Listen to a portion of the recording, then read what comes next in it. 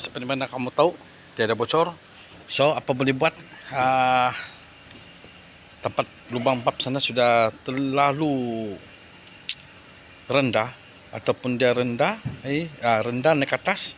Jadi itu batang bab pun naik atas, dan sekarang ini terlampau fit lah. Ini perkara biasa lah. Kita akan grind yang bagian sini.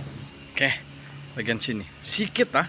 Kalau boleh sikit lah, kita kena adjust sendiri lah. Kita kena mata kena tajam lah. Okey, so kena buka balik ini cam, kena buka balik itu bab clip semua. Biasa lah tempat ini kalau main begini back to zero ah. Okey, jangan ambil jalan mudah. Okey, kalau mau bagus buka spring lah. Ada orang main dari atas, saya pernah coba, tapi miring-miring, tidak syok.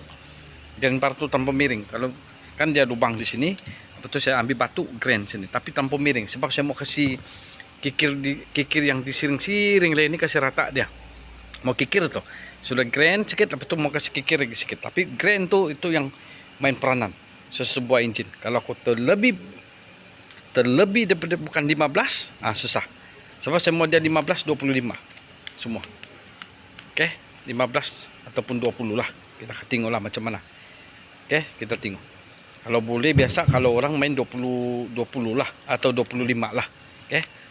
Jadi saya akan coba kasih 20, dah boleh juga. Dah boleh juga. Kita try lah, try. Okey.